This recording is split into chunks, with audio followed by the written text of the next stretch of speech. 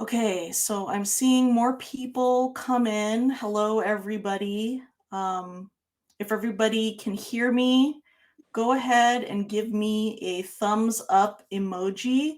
You should see the emojis in the lower right-hand corner of your screen. Great. Okay, so I'm seeing a bunch of thumbs up. That's wonderful.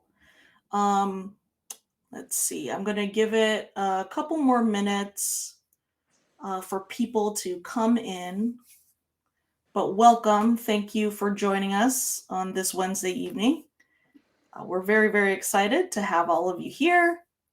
And hopefully this will be like a really interesting discussion where, we can all learn something new or something useful for those of you that are students that are about to graduate from your programs and you're on to the next step of trying to figure out how do I move to the next stage and get that job that I want. So yeah.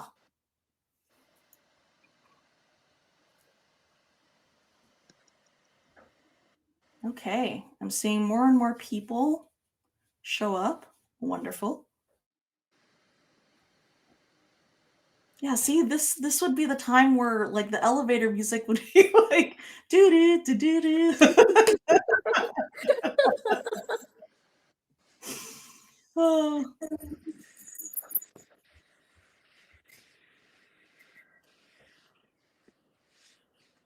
okay. I'm gonna go ahead and start at 7:03. It's 7:02 right now, so just another minute to have more people show up, come in. Again, I'm probably going to utilize the emojis in the lower right-hand corner here.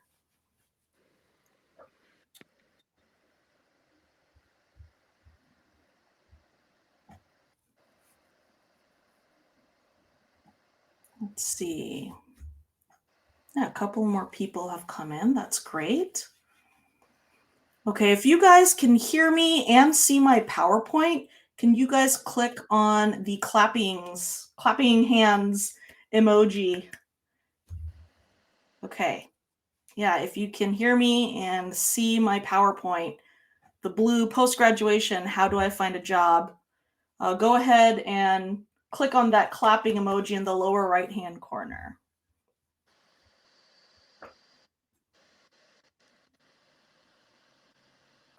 Okay. All right. So it is now 7:03. I'm going to go ahead and start tonight's program.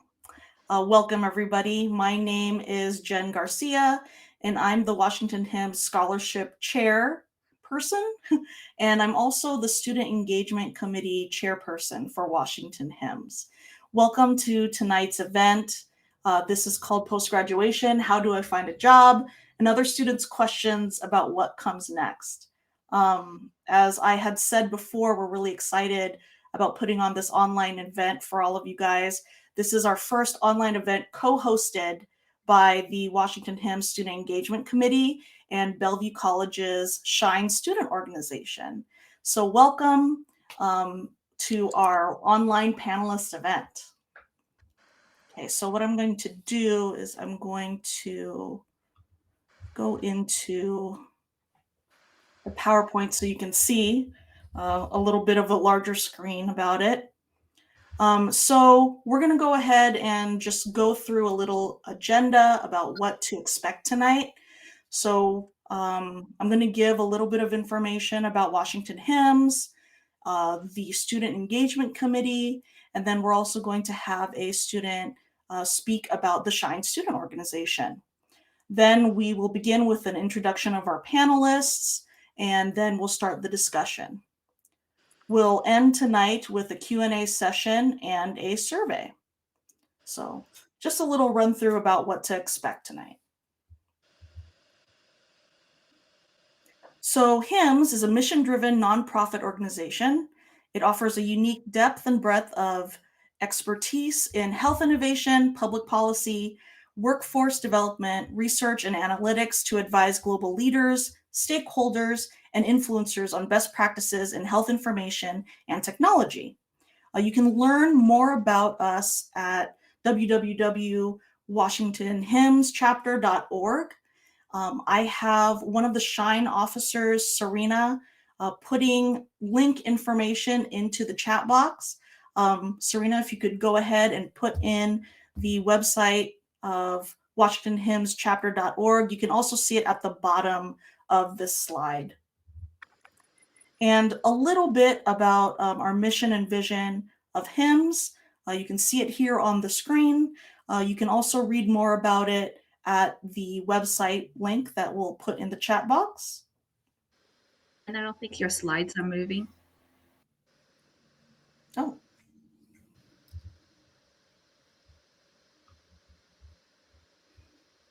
Okay, can folks see the mission and vision slide on the screen now?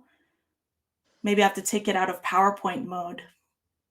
If you do see the mission and vision slide, go ahead and give me a thumbs up. Okay. I'm seeing it. Great. Thank you, guys. Let's see if I can expand that a little bit. All right. Just so people can see that. Okay.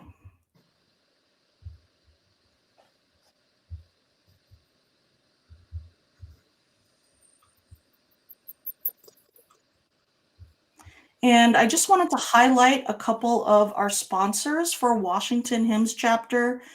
Here, we just wanted to recognize CrowdStrike, Nuance, Zones, a couple of our sponsors here. Thank you for your support. Next, I wanted to talk about the Student Engagement Committee. So again, I'd mentioned earlier that I am the scholarship chair and the Student Engagement Committee chair. We started just recently in January 2022, and me and a couple of other board members wanted to create a positive, encouraging space for students that were interested in health information technology, or HIT, by providing resources focused on student interests, fostering professional connections, and putting on events supporting student interests. Our engagement committee's focus kind of runs a spectrum of, putting on online events, also providing resources such as scholarships. We have an annual scholarship program that starts every April. It opened April 1st of this month, and it will close April 30th. And in the future, we're looking to see if we could start some type of mentorship program sometime in the future. You can find us on the Washington HIMSS website. We have the link here on the bottom of the slide, and I'm also going to have Serena post that into the chat box if you'd like to learn more about the Student Engagement Committee and possibly become a volunteer or member.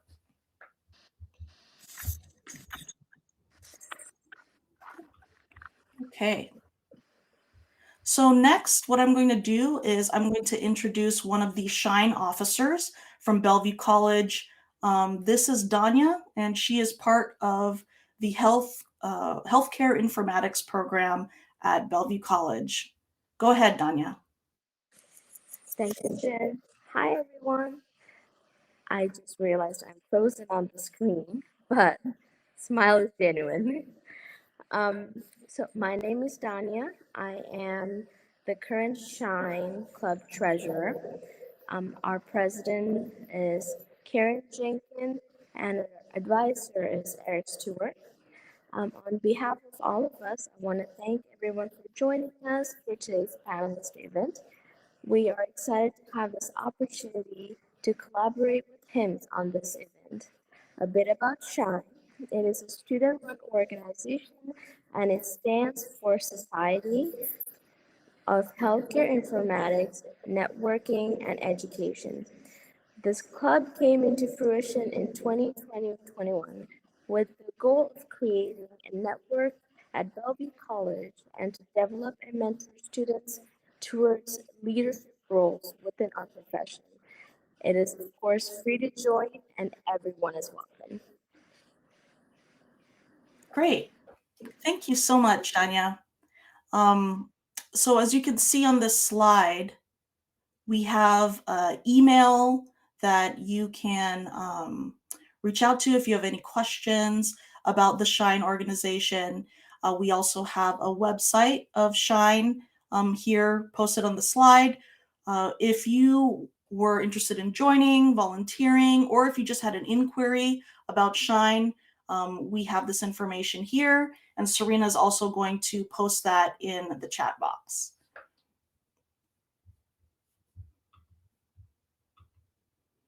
Okay, so now we're going to move on to introducing our panelists. I'm going to go ahead and stop sharing my PowerPoint, and I'm going to ask that the three panelists go ahead and turn on their cameras and mics to be able to introduce themselves. Thank you, ladies. Okay, so really excited to have these three wonderful ladies here to be able to be our panelists. I'm going to go ahead and have each of you give a little background about your name, what your professional background is, where in school that you graduated from, and then what your current job position is now. So Fang, I'm going to start with you, and then I'm going to have you popcorn and choose who the next person will be to introduce themselves. So go ahead, Fang. Thanks. Hi, everyone. I'm Fawn Matthews. I'm a pharmacist by trade. I went back to school a couple years ago to get my master's in biomedical informatics at the University of Utah School of Medicine. I graduated last June, and currently I'm working at 3M as a clinical analyst. On to you, Christina. Thanks, Fang. Hi, everyone. Thanks for coming. My name is Christina Salas.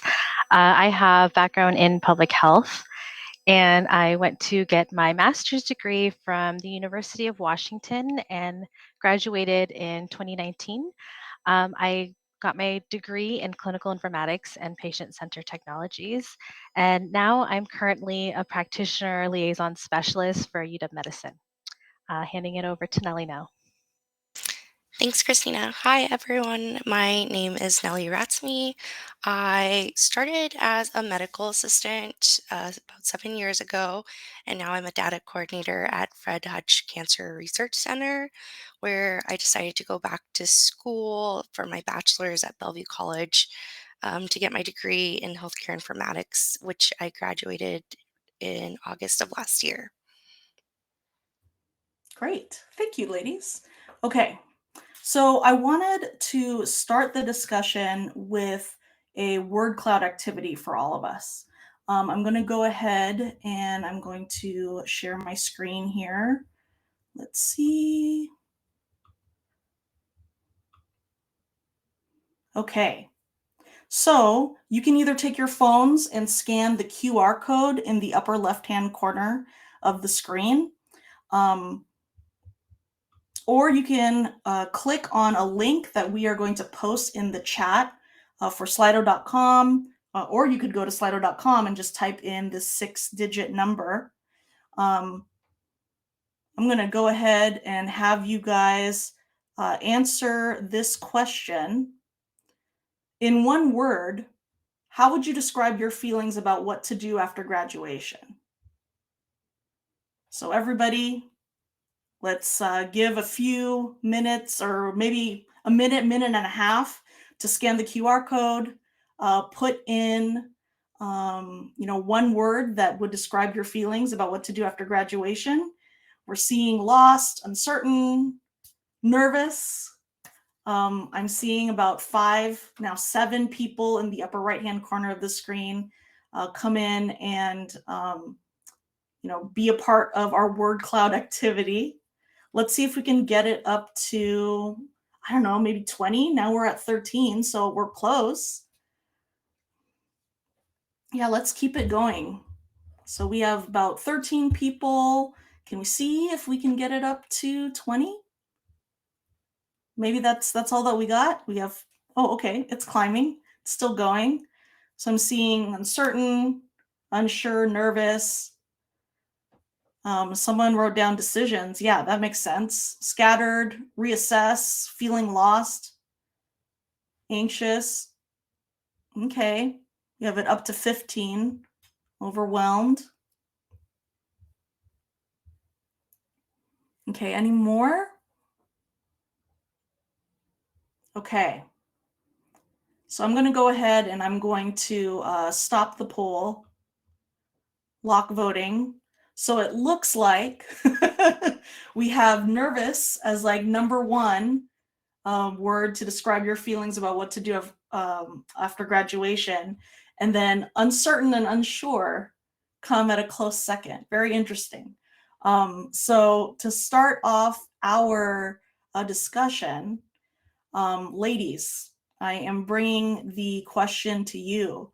How did you guys feel when you first graduated? What kind of feelings were you going through? And what was it like? I'm going to start off with Christina. Thanks, Jen.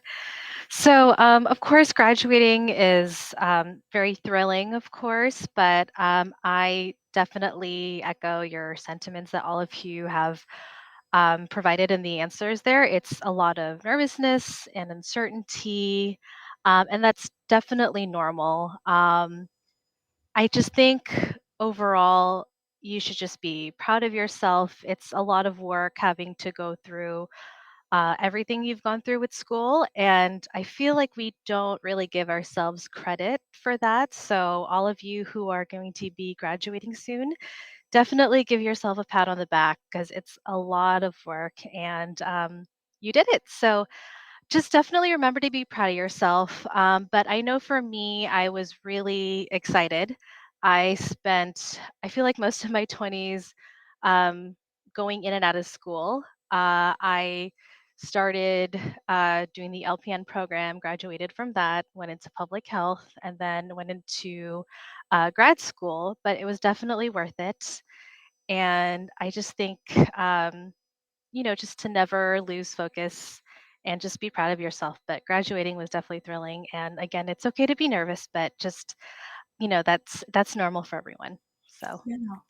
yeah. So who would you like to popcorn off next this question to? I will popcorn it to Fung.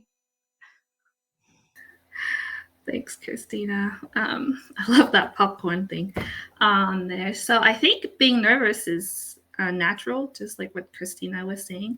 I would have to say I was probably more nervous as my first day as a pharmacist by myself, helping patients than getting back to my master's on there. But it's really sort of exciting at the same time if you sort of think about where healthcare technology is moving and all the innovations that's coming forward. But I think for me, it was more not necessarily a different career move, but just a different path to really helping improve patient care. So, how can I use some of the automations, the new technology that's coming out there? And so, really built some of these um, different platforms or how to help patients really move with their medications, keep track of those and whatnot on there. So I guess for me, it's a little different since I've already been in the healthcare field for a little while. And then just seeing where some of that technology could move forward and how to help the patients that way. But I would have to agree with Christina. I mean, kudos to everybody. So if anybody wants to talk to my kids about how to get to college, feel free. We'll set something up. On to you, Nellie. Thanks, Fang. I have to agree with Christina and Fang. I was nervous. It felt unreal when I graduated because I'd been in school. I went right after I graduated high school, I went into MA school, and right after MA school, I had went to school for my bachelor's, and so there was really no time in between to just enjoy. I don't know, being in the moment, I guess. So I took a moment to just be happy that I graduated as the first person in my family. Because that's a really big milestone. So if you're one of the first people to graduate, that's huge, and congrats to everyone. But yes, completely unreal, kind of lost, nervous on what the next steps to take. Okay, great. I love the honesty. Like, and I also really like the contrasting of it's so relatable that, of course, when you graduate and you kind of finish like this milestone, that you're going to be in this kind of like feeling these kind of conflicted feelings. You're really happy, you're relieved it's over, but then, oh, I gotta like get back up and climb this new mountain. So yeah, I think all of you guys, and including in the word cloud, like it's all tied together. So let's talk about skills preparation. Let's talk about the steps that each of you took to prepare to start applying for jobs.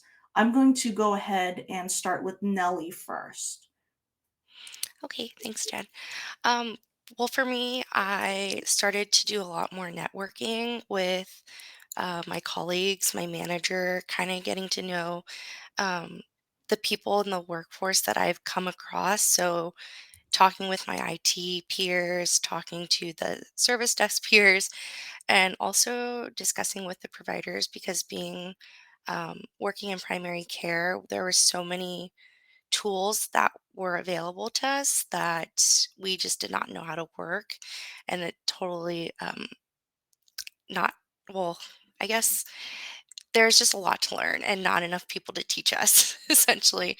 And so just getting to know my colleagues and asking around um, during projects of, can I contact you after I graduate so we could discuss things further, really helped me. So I will popcorn off to Christina next. Thanks, Nellie. Yeah, I definitely agree with everything Nellie said. Networking is everything. I know those of you out there might be a little shy, but I encourage you to just do it and just, say hi, talk more with your colleagues about your interests. So let's say, hey, I'm, in school for informatics. Do you know anything about it? Probably 9 times out of 10, there's gonna be people who are know other people who are in the field, or people who may know people who may connect you. So, I definitely encourage you to network. And shameless plug, I know this is a HIMSS event, but I'm going to be singing HIMSS praises all night. That's how I got started, was networking through HIMSS. And so I went to many events as a student, and I got to meet a lot of people who are in different positions within informatics because it's so huge. And I created a LinkedIn, which I'm sure all of you have. If you don't have one, create one like now. And then, yeah, just go ahead and meet people, add connections through there. It really gets you in the know of things, and it connects you to other events and other people who are also in the similar boat as you. So, yeah, I will pass this on now to Fung. Thanks, Christina. So I would say I piggyback to both of them that yes, networking is a great way to get started. Maybe I took the more traditional way of seeking out internships on there. So I did a couple internships during my 2 years of the master's, and then I did a fellowship, which is how I met Jen on with it. So those are other possibilities that you can do to see what's really out there. For me, it's really sort of broadened my scope of what I could do, especially if I wanted to bring in my pharmacy background into informatics. And so seeking out those extra internships to see what I could really do and what was going to be open for me after I graduate was important. And then really getting to know sort of your professors and reaching out to them. A lot of the classes that I have really enjoyed taking and really liked, I would reach out and say, hey, do you have any positions open, or if you know any that's coming up, let me know. I would be, really interested in sort of applying for those on there. So like Christina said, don't be shy. Everybody loves to talk about informatics. I guarantee it there. So just ask around, and then they'll be happy to either let you know what's going on or they'll connect you with someone. Yeah, I like how all three of you guys have said how networking is key.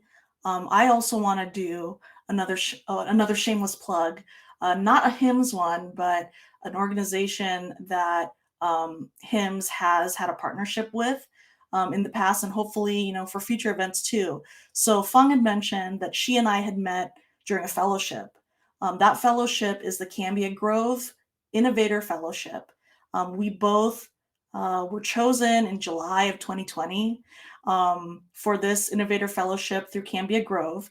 And if any of you know what Cambia Grove is, or maybe you don't know, Cambia Grove is this innovation hub here in Seattle of healthcare, technology, and innovation. So they have a bunch of different speakers that come and do online or in-person events. A lot of them are startup healthcare tech companies that want to talk about their product and how it's helping folks in healthcare. This Innovator Fellowship started July and ended about October. And there was maybe about 10 of us, all of us from different backgrounds, IT, clinical folks, and we all got chosen to learn during that promoting fire interoperability. And so we were able to take a fire fundamentals interoperability course for about 4 weeks. They sponsored us to take it. Then everything that we learned during that 4-week course, we had to either create a project on our own or split off into groups, and then do a presentation around October timeframe to talk about this fire interoperability issue, ways that we could solve it. It was really interesting and really fast paced. There was a lot of work to be done in a small amount of time, but I met some really great people. I met Fung and a few other friends of ours. We have a friend that is in a startup now. We have other friends that are, in different IT positions. We met a guy that knows about policy. It was amazing. So Cambia Grove, thank you, Serena, for putting that into the chat. But yeah, that's where Fung and I met. So moving on, you guys talked about steps that you took to prepare to start applying for a job. What kind of skills did y'all prepare to brush up for job hunting? Nellie, I'm going to start with you. Yeah, thanks. So for me, I continuously had to work on my why I was interested in a job, because that's one of the first questions that interviewers will ask you. Why are you interested, or why are you applying? And so continuously just looking into the job description and familiarizing what they do, and actually, if I am interested, applying to it, and then kind of doing research as what this position entails, or kind of connecting with other people that have that title and seeing what they like about their job as well. And so I will popcorn off to Fung. Thanks, Nellie. So I think I want to piggyback on hers with the why. I think it's important, especially when you're trying to find sort of positions that you are interested in. With the health informatics, it's so broad. Finding the right position that you want to apply to, and then having sort of that passion of why you're interested in it can really show up during the interview. And so I usually recommend really preparing some examples ahead of time of, ways that you problem solve, or that you would want to try to problem solve a healthcare issue, and how that relates to informatics on there. On to you, Christina. Thanks, Fung. So yeah, Fung and Nellie made really, really great points. I want to add that practicing for your interview is really important. I'll be really honest, going into interviews, I never really worry that much, just because, I look at the job description, I'll, say, okay, this is something I'm interested in. I just need to be myself, right? I feel like that's what we all think, but it wasn't until I actually practiced my interviewing with my mentor was when I realized, oh wow, I really need to practice and remember certain keywords from the job description, and just really hone in on being more confident in what you're saying and what you believe in. And I think that would be something to focus on, is just practicing for your interview. Great. Okay. So let's try to break it down, because I bet students are like, okay, I understand what these three ladies are saying. Let's talk about like small steps that students can take now. And then we can also focus on like, more long-term steps that people can work towards, while they're still in their program, but they're not quite ready to get, to find their job yet. So what are small tasks that a student can take today towards the job finding process? Christina, I'll start with you. Thanks, Jen. So like I said earlier, create a LinkedIn if you do not have an account yet. And I would continue to talk to more people around you about informatics, um, even your classmates in school, and see if they know more people who know more people, and speak more about it with coworkers. I would also brush up on resume and see if you can have maybe two or three people revise and look that over for you. I'd also practice an elevator speech, only because when you tell people you are interested in informatics or looking for a job in informatics, a lot of people will say, well, what's that? Like, is that some sort of like technology thing? And so when you practice your elevator speech, you can be more confident, more specific in what you're looking for. So I will popcorn it to Nellie. Thanks, Christina. I will have to agree with Christina. I think having an updated resume and a cover letter, because there have been positions that I applied for where they require you to submit a cover letter. And then also, um, looking, if you aren't sure what kind of position you want in informatics, I started my job search with a Google search of what can my healthcare informatics degree do, and then I looked at the top 6 paragraphs, and then I started breaking it down and finding jobs within those areas, and then keeping those in mind moving forward. And so fun. Thanks, Nellie. I would probably have to echo both of you on there. Your resume brush up is really important on there. So that's really sort of different. And if you've been in the field as long as I have, it's really hard to sort of narrow down your CV to a 2-page resume, but really finding the keywords and the right action words to put on to show the performance that you can do on there. They also had a resume workshop that at the graduate school, and that was really helpful. The librarian, I believe, that put it on gave us like key points to look for, what to add, what not to add on there. And so I'm sure you can find those online.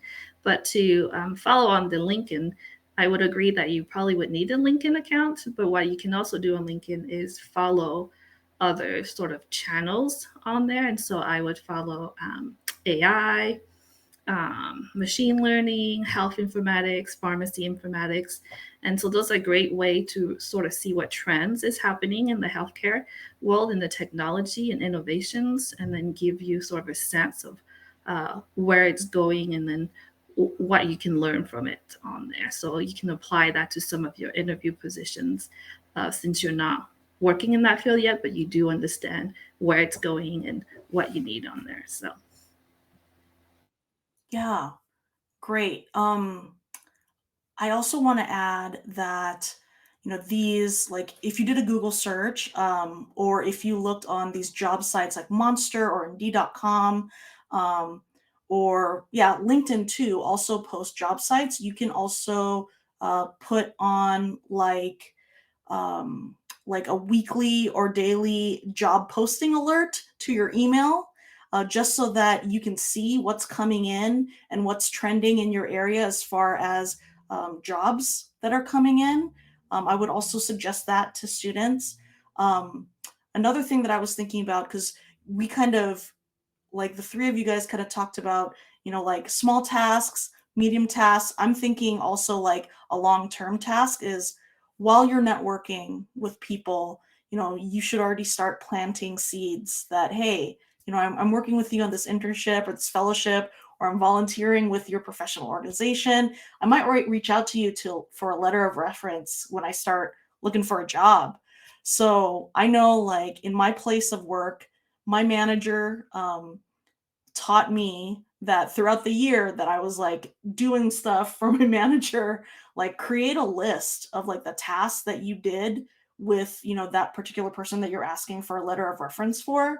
And then, use that so that you can serve it up at the time that you're asking for the letter of reference, so they can use those specific tasks in their letter to show that you're a great leader, you have like you're a detail-oriented person, like those things that employers are looking for, that you have all these qualities and you're able to show the proof because you did all of these volunteer tasks, or you did all these things like during the fellowship that you were in.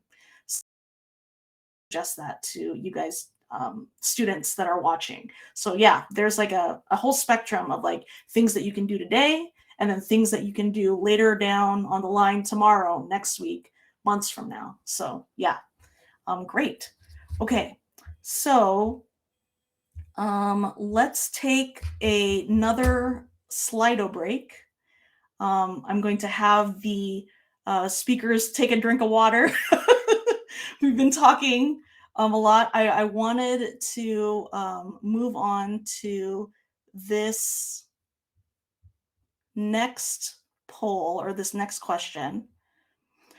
So all of our questions are brought to you from Bellevue College. Go ahead and scan the QR code in the upper left-hand corner. Which of the following job titles is not currently reported as being held by a Bellevue College Healthcare Informatics graduate? And we have 5 different choices here: senior cyber security, or senior manager of cybersecurity, end user support, Epic site specialist, pharmacogenomics implementation engineer, and bioinformatics research associate.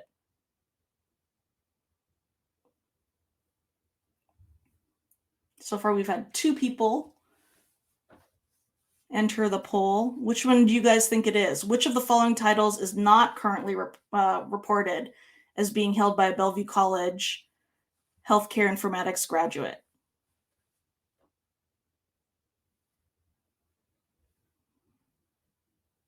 I believe last time our poll had like maybe about 15 people. I'm going to wait till we get to 15. Right now we're at 11.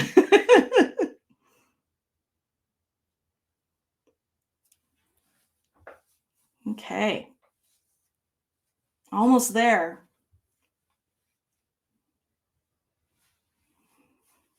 Okay, so a lot of people are thinking pharmacogenomics implementation engineer. Looks like people are still deciding. I'm seeing like the screen kind of, do all these different things. Okay, so we're at 15. No, we're at 16. I'm going to go ahead and lock voting. So, which of the following job titles is not currently reported as being held by a Bellevue College Healthcare Informatics graduate? The answer is bioinformatics research associate.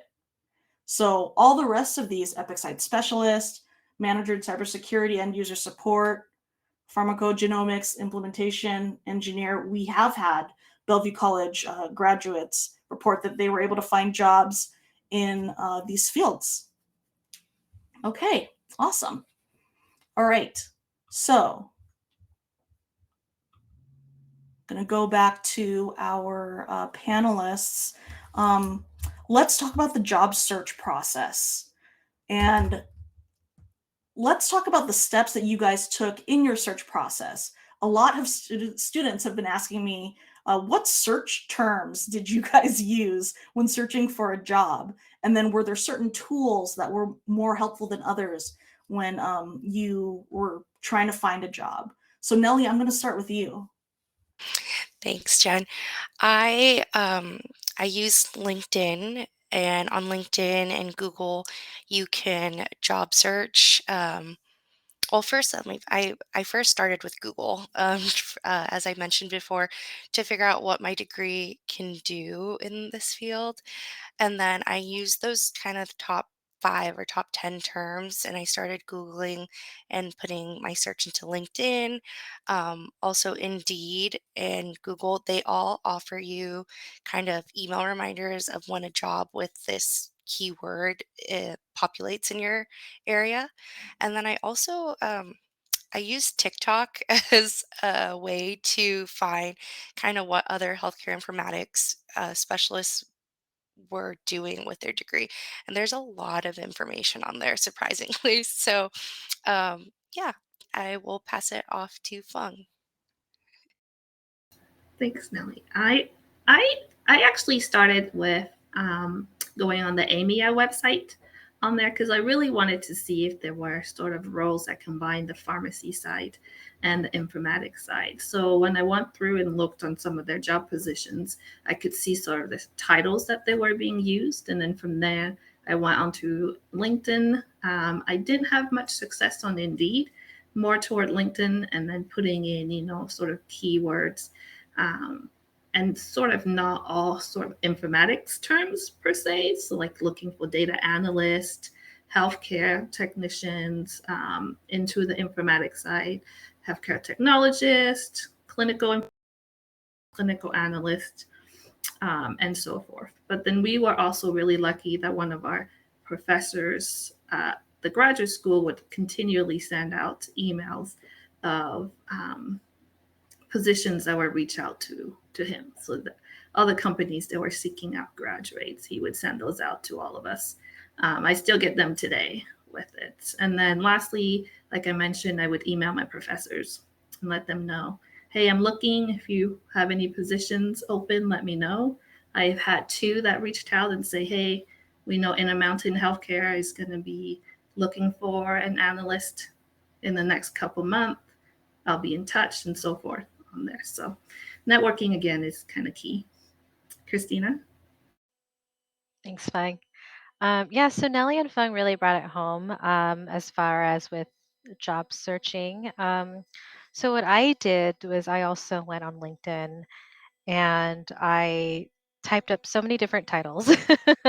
Someone actually gave me a list, and Jen will share that. So I put in like data analyst and specialist, educator, clinical analyst. And so when you put in those keywords in LinkedIn, I believe you can do that job alert. So it'll always send you an email or a notification anytime any of those keywords pop up within a job title. Um, I also agree with Fung that going to your professors is another good way to go. Uh, Definitely make sure that you are always expressing your interest in something if you are interested in a specific career pathway. Um, let's see what else. Yeah, that's pretty much just what I did was just through LinkedIn and with the job alerts. Great. So, how did you guys know what kind of job to search for? Like, what experiences helped you focus and shape those interests? Christina, I'm going to start with you. So I was always interested in just end user support, and I saved that job alert. What did I put? I think I put like informatics educator. And so I did get some emails back from recruiters asking if I wanted to be a trainer. So that just kind of led to that. and I became a trainer for UW Medicine's D1 project, which is this big EHR implementation project from Cerner to Epic. And it just kind of took off from there. And I think one bit of advice that I can give regarding that was just to really follow your interests. So I've always had a passion for speaking or education, and that really just kind of led that to my trainer job, which led to the job I have now. And so, what I do with my job is pretty much support practitioners with optimizing their Epic workflows, and it's been great. So that's something I would really recommend is to just follow your interests and follow your passions within informatics. So I will popcorn this to Nellie. I have to agree with Christina. I was working in a position actually for UW Medicine primary care. And so, but the position entails a lot of patient support. And I was more interested in also like looking at reports for providers and looking at their panel. And I was more interested in looking at the databases and loads of data and then also population health.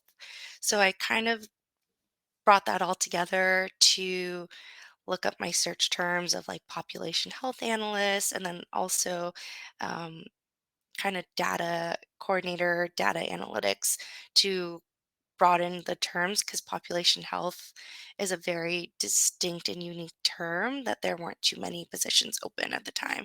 So, kind of opening up my horizons so I'm not settled on just one occupation term, so to say. Fung? Thanks, Nellie. And yeah, I think that's a great way of saying it. Not really be boxed in some of the terms that you can think of in informatics and sort of broaden your search out. For me, I mostly looked for clinical positions just to leverage my pharmacy background again and then my clinical experience in patient care. But then I also sort of refer back to like keywords that we learn in class, right? So if there's applications that talked about NLP, terminology mapping, clinical decision support, rule logic, machine learning, and all those stuff, I would apply on there. So I would encourage you to just apply where you think you can fit. And if you have that interest, you can show again your passion when you're doing the interview, but don't get sort of boxed in on every word that's on the application position on there. You qualify. So just go out and sort of apply and don't be afraid to, you have like examples that you can give out. It may not be exactly what's written on those positions, but it definitely relates if you've done, the informatics healthcare degree. There's a lot that you can refer back. And that's what mostly I did for my interviews is refer to some of the projects that I did in class that was relevant within the healthcare technology and innovation part. Interesting. Jen, if I may add on to what Fung said, Yeah. she made a really good point with just applying. So I know many of us, definitely myself, have had doubts when looking for jobs and reading through the job description and really doubting myself and saying, like, I don't know if I have enough experience for this. I don't know if I'm Yep. qualified, but like, just apply anyway. Just do it. Just because you never know. And, like what Fang said, if you have the informatics background or a bit of experience, then it definitely qualifies you. And just do not be afraid to apply. And definitely encourage you just to apply anyway. Just erase the doubts and just apply. I Yeah, agree. I agree. Right? They can still deny you even if you qualified for everything. So Yeah. just apply. Like the worst they could do is say no, so just go for it, right? I want to ask you guys, how long did it take you to find your current role? Just really quickly, like time frame. Fun, I'm going to start with you. So it took me about 3 months after I graduated. Okay. That, so. And then how Now- many interviews, how many applications and how many interviews did you go through? So I went through 5 applications, I believe, and then I did about 2 interviews on them. Okay. But I think for me, I already sort of had a position open from my internship, so I wasn't like as stressed about paying bills as others may be and school loans and whatnot. So I think I was lucky on that part that I could sort of slowly get through some of the jobs that I really wanted to.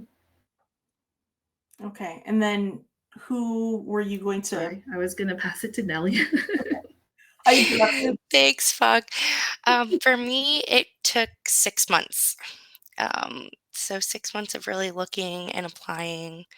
I applied to probably maybe like 50 or 60 jobs just to get a feel for things because there's so, like everyone has said here, there's so many positions in healthcare informatics that it gets a little overwhelming. So, um, tons of applications. I probably did like 9 interviews where sometimes after the interview, the person I was speaking to um, shifted my search and she was like, it actually sounds like you're more interested towards maybe clinical informatics specialists, workflow things rather than end Wow. user support. So Uh-huh. maybe kind of look that way. And if there's anything that opens up, I'll be sure to keep in touch with you or email me if you're still looking in a few months and I'll see if there's anything that's opened. That's And really cool that she yeah, did. yeah. So there's again, it's networking, right? Like you're still, even if she's interviewing you and you're trying to get a job with her in her department, she was still willing to help me out here. So I think that's a pretty cool thing about healthcare informatics is that there's so many opportunities. And if you are just willing to learn and speak with someone, they can help guide you in the right direction. Mhm. Yeah. So Christina. Thanks, Nellie. Yeah, so it took me, gosh, I want to say a few months until I found a job. But so I graduated in 2019. And so when I was going through the job process, COVID hit. And so it's kind of all been a blur to me. But I did about like 50, 60 applications along with Nellie. Mhm. Yeah, and that's nothing to be ashamed of at all. There's so many jobs out there and just really apply to all of them. And I also want to highlight what Nellie said about how going to these interviews is also like networking. I had maybe 2 or 3 people that I interviewed with that also reached back out to me a couple months later saying, "Hey, we actually just posted a job that I think that you may be interested or is more fitting with what you want. Apply for it." So definitely consider that as well as that when you are interviewing, it's also somewhat of like um, a networking session. And there are some really great people out there who really do have your back and really want to see you succeed as well. Yeah. Okay, great. So now I was thinking, next question, you guys mentioned the interview process. Let's talk about that. So what was the turnaround time like for the employer to get back to you? Do you have any like tips to make you a memorable candidate post interview? And did you know anybody at the company that you were interviewing at before you went in for the interview? Christina, I'm going to start with you. Okay, so with my job now, it took me, let's say, about a month and a half to 2 months total, if I remember. Uh, so I um, did 2 interviews. I did one with the hiring manager, and I waited like maybe 2 weeks to do a group interview. Um, and then I waited for another 2 weeks, and that was when I found out I was getting the job. So, any tips for being a memorable candidate post interview? So I know it's really cheesy and everybody may think this is lame, but sending the thank you note, of course, that's just something that's just important to always do. And it's Yeah. it's good, and it really shows that you're interested and that you really are grateful to have that interview. So I always do that, even though it may seem a little old-fashioned. So, Fung, I'll give this question to you now. But it's not cheesy. I make my kids send thank you cards for their birthday gift. Yes, thank you cards are the best. Right. Now we just do thank you emails on there. So, but I think I agree. Like interviews are very nerve wracking on there. But I think you should keep in mind that they're looking if you're a good fit for them and if they're a good fit for you on there. So it sort of goes both ways with it. And then Zoom interviews are even worse, right? Because you can have all the technical difficulties with it, and you can't really gauge like your audience, how where you can connect or can engage. Yeah, body So, language, like that's really right? hard. Like to sometimes overcome. we're frozen, like or like I'm laughing, but who else is laughing? Probably nobody with it. How But long for was the me, turnaround time for you, Feng? Sorry. mine was about probably 2 weeks on there. But when I interviewed at 3M, my manager had told me she was getting knee surgery. And so she wasn't going to get back to me sooner than 2 weeks because she was going to be out of the office on there. And so I was lucky enough that they had reached out to the school to ask if there were any graduates who was interested in the clinical analyst position, but they were looking for like a nurse. And so my professor reached out because he knew I was looking for a position, and he was like, she's a pharmacist, she's really great, can she apply, you think she'll be a good fit? And they're like, yeah, just have her apply. But I had to lie and put down that I was a nurse on the application, right? Because otherwise they would just bypass me. But I was like, I got permission to do that. So just noted. I got permission from 3M to do that. But yeah, but luckily as well, a couple of the individuals on my team were actually guest speakers in one of the classes in our terminology standards for the school. And so I reached out to one of them because I had their email and said, hey, Professor Damian told me I was eligible to apply for this. Can you tell me a little bit more about the position, just to gauge the interest, that I would be interested, but I also needed to know what they did, what kind of projects they were working on, and if I could contribute with my clinical knowledge to that team, right? Because we want, again, to be a fit for both of us on that point. And so I think that's how I bypassed the first interview, is because he put in a good word to the team that I was on. And then the second interview was a group interview on there. And so it was good. It's just try to be yourself on there. Don't be afraid to highlight yourself, right? I think for a lot of us as women, we really don't want to indicate how good we are, but honestly, just put it out there. Sure. You've done great things on, all the projects you worked on, all the hours you put in for school and working and having kids and all that stuff out there. So, and then just the examples, because it can be nerve-wracking at the time if you already have examples ahead of time of projects that you really helped out, that you led on and whatnot. To have those there and available helps you in the process of giving those examples that they ask for. So, on to you, Nellie. I have to really agree with Feng. It's not just them interviewing you, you are also interviewing them to see what makes them stay at the company and why you should work there, right? So in my current role, it took me about a week to hear back from the recruiter. And so my experience lately has been that most organizations have a recruiter, and then they go to the hiring manager if the recruiter thinks that it's a good fit. And then the hiring manager will reach out to set up an interview, either with other colleagues or with themselves. And if it's just with themselves, then they'll set up another interview with colleagues. So it's a very long process. In the 6 months that I was looking, like I said, I've applied to a lot of jobs, and some places take a really long time to get back to you just because of shortages. And so be patient if it's not what you're looking for at first. And then also always send out that thank you email. I think it's really important. Yeah. Okay, great. All right. So what I want to do is, everybody's still with us. If you are, go ahead and put in a clapping emoji in the lower right-hand corner of your screen.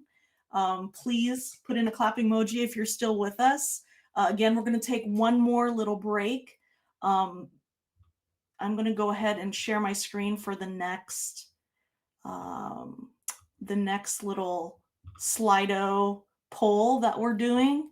And I'm seeing the clapping emojis. Thank you guys. Ladies, you're doing a great job. Drink some water, drink some tea. We talked a lot. So this is our last poll for this evening.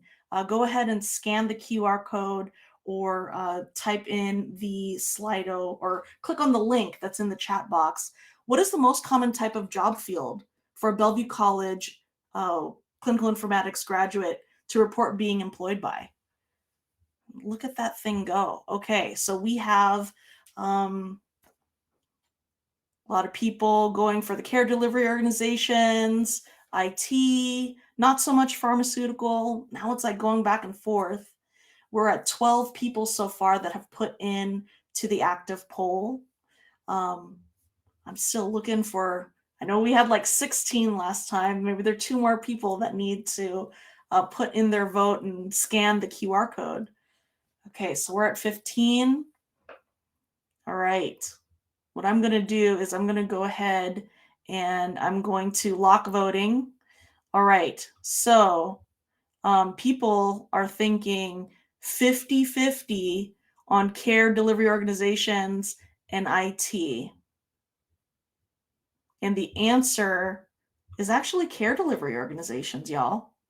So the most common type of job field for Bellevue College clinical informatics or healthcare informatics graduates to report being employed by are care delivery organizations. Wonderful. Thank you so much for doing the poll with us today. Okay, so I wanted to go ahead and just kind of talk about like what would be like something that you wish you knew then as a fresh graduate that you know now.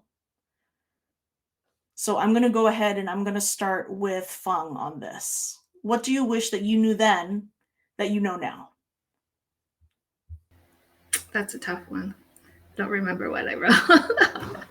I would say, I mean, I don't think I knew back then how broad informatics really is. Like I mentioned it a couple of times, but honestly, the term healthcare informatics is so broad that, as Christina said, some people don't even know what it means with it. And so I think if I knew a little bit more of what it does and how it really sort of transformed healthcare, whether it's like putting in new tasks or helping with physician burden or increasing medical adherence and whatnot. I think if I knew that ahead of time, I could sort of gear more toward potential elective classes that I would take that would really help me sort of strengthen my skill where I would want to be on there. I think it was kind of hard to sort of pick out some of those electives ahead of time because I wasn't sure, or I had a glimpse that it was sort of data, but you know, how far can you bring the data? And it's not just the data, right? It's pulling the data, generating it, reporting it, data governance, quality assurance, and all that good stuff into it on there. And so having a little bit more information of what it is, I think would help. And then it also helps sort of like getting practicums, right? And really pulling a good capstone, because those are the skills you're going to need further on. So how to sort of hone in that skill per se. So I'll pass that on to Christina. Thanks, Feng. Yeah, I definitely agree with what Feng mentioned. Informatics is so huge. It's such a broad field. And it's only growing more and more. So I would definitely continue to network and really put yourself out there and just, express your interest and say, this is what I would like to do. Also open your mind to other um, fields within the area, because one day you may be into end user support like me, And the next month, maybe after volunteering or networking, you may look at one of your colleagues and say, you know what, I think I'm more into what Nellie's doing data analyst work. So really have an open mind. I would also, something that I wish I knew back then, I think I probably would have started the networking a little bit earlier during school. I know it's really tough to juggle with life and school and work, but definitely put your foot in the door with networking. I know in the chat, someone asked about volunteering, and that really helps a lot. Funny quick story was that I volunteered for, I don't know if you guys have heard of Wanderlust. It's like a yoga event, and they always have it like in Redmond every year. And so I volunteered for that. I love working out. And I actually saw somebody with a backpack with their company logo, and it was one of the healthcare tech companies in Seattle. Yeah, yeah. So I was like, oh, okay. I recognize that. So I went over and talked to her. And so there we go. Made another connection and networking then and there. So, yeah, and then I would also, if there's time, find any online certifications to do. I know that you can find some on LinkedIn. Google advertises that a lot. Amazon, I know for UW, they did have something. It was like business management, something like that. Um, I'll have Jen send the information, but that's something that I wish I had done is probably just network just a little bit more kind of near my last quarter of school um, and just volunteer a little bit more. So on to you, Nellie. Thank you, Christina. I have to agree with both Fawn and Christina. Another thing to add is to be patient. Like we've all said, there's so many different things to do with your degree, and it's only expanding even more. So I think too, I know Bellevue College offers kind of virtual hiring events. Going to those events, I wish I would have done that because I could have talked to more organizations instead of staying within my own little bubble of people that I knew, and putting myself out there. Also, really talking to your professors. I wish I did that more because my professors really backed me up, but we never got to kind of figure out like what was I really interested in and if he had any openings where he um, works at too. So yes, just talking to your professors and going to those virtual events, especially during COVID, to talk to people, I think it's really helpful. Great. Awesome. Thank you, ladies. So we're coming to our question and answer session. Folks that are watching, if there are any questions that we have not addressed, go ahead and put those in the chat.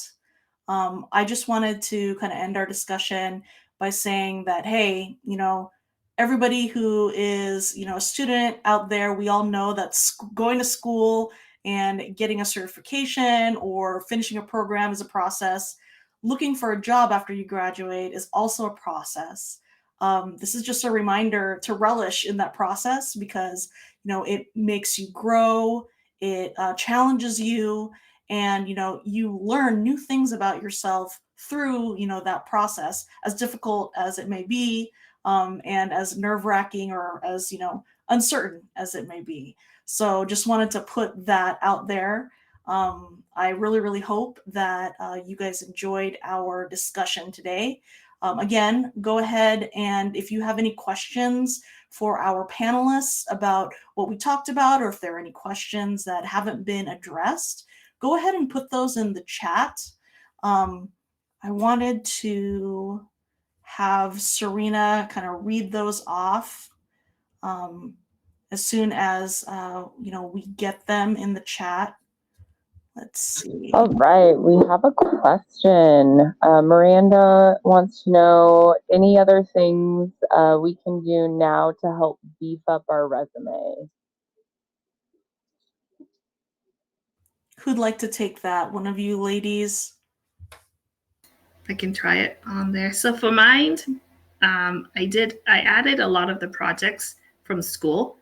that had relevance in the informatics field. So NLP projects that we did, clinical decision support that we did mock-ups for, I added those to the resumes. I think it kind of helps build out sort of skills that you may have learned along the way. And then really sort of keeping those up to date all the time. Whether you're looking for a job or not, it's so much easier. So back to what Jen was saying about keeping a list of what you did for references, that list will help out in updating your resume as well.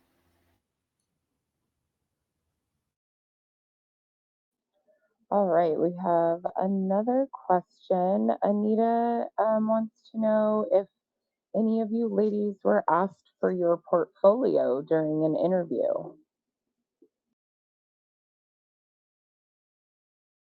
Anybody? I'm seeing No, like shakings of no. no, I don't think I wasn't asked for a portfolio. I had just a resume and a cover letter. So Okay. just always keep those up to date. Yeah. And I'm seeing like shaking agreements. No portfolio on there. Yes. But I mean, if you did, if they asked, I could see, I guess, if you were like more in the machine learning and AI, where they ask you potentially to code something, an algorithm or whatnot, potentially, but none on the clinical side that I know of. All right, so next question from Allison. Christina, you mentioned online certifications. What would you recommend is the most useful or attractive topics to seek out online certifications for? Good question. That is a good question. I will say honestly, it really depends on your interests. So that's kind of hard one to really pinpoint.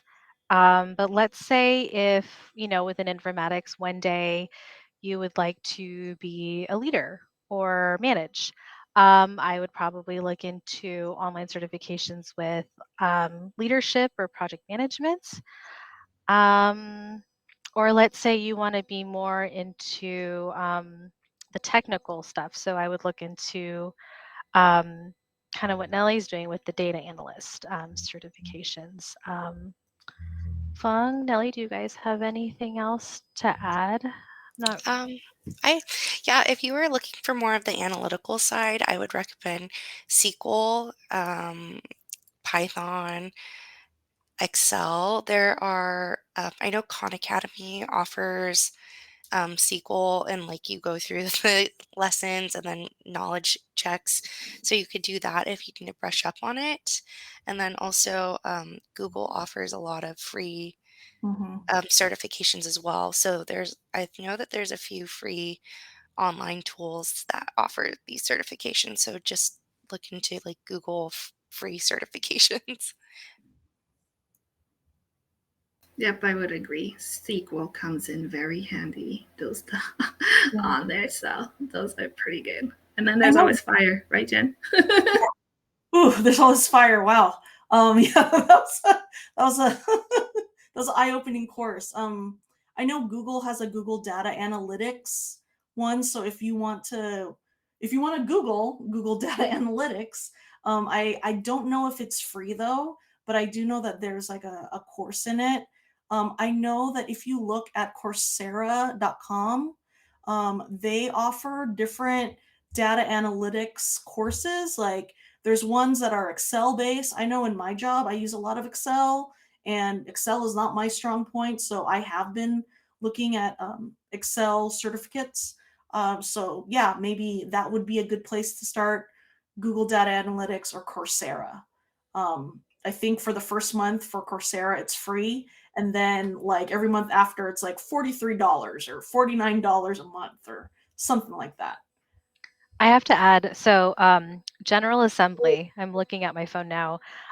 So they are located downtown Seattle, but they have a lot of online workshops and a lot of them are free. And let's see, there's one for coding. So Google that, General Assembly. They have a lot of great resources. I did like a LinkedIn workshop with them. I did resume workshop, and yeah, there's a lot of good stuff that they offer there. Okay, back to you, Serena. All right. James asks, what are your thoughts about applying for a job in informatics while you're still a student? Interesting. Why not?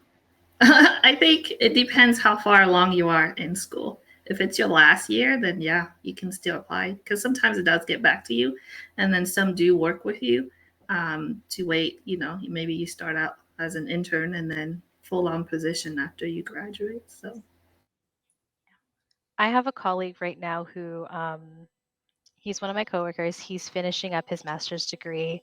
I think he's going to be done in August, but we got the job around the same time last year. So it was about his last year of school, and he applied and he got the job. So I would definitely encourage you guys to do that too.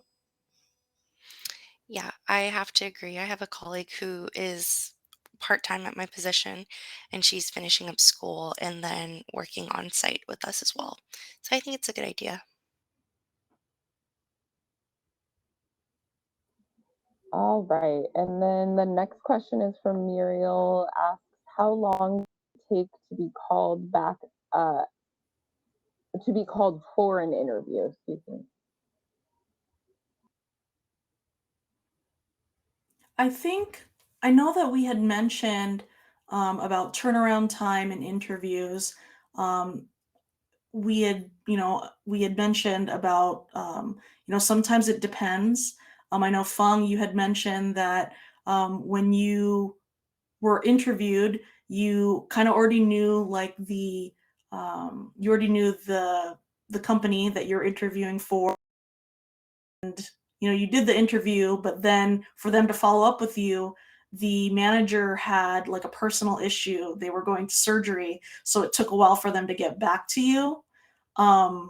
Nellie, Christina, you guys had mentioned like, maybe a week or like 2 weeks had lapsed, like since your interview. But at the other, like different jobs that you guys had applied for, it took some time, depending on like the company, correct? I don't want to like put words into your mouth. No, that's correct. It took about like a week and a half to 2 weeks for me. But I know that the hiring managers or the recruiters are really good at keeping you updated.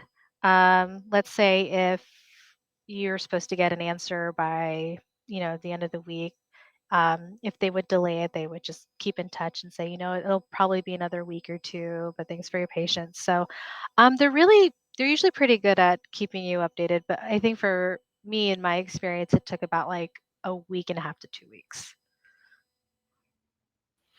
Yeah, I have to say the same, but every organization is different. Like, Mhm. I know some organizations use um, kind of a more streamlined process for applications, where uh, some others will have people printing out your resume and reviewing it by themselves.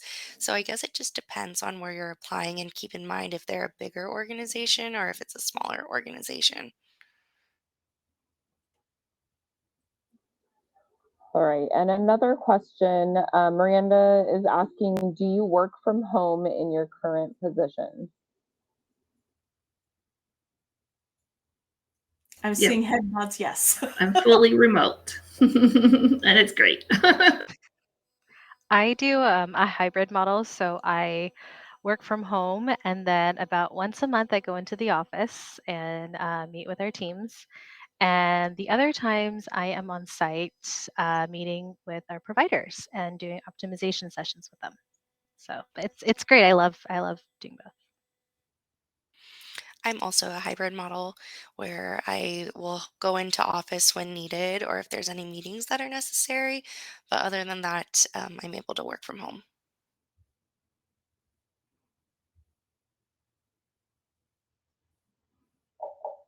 Excellent. Okay. That's all the questions.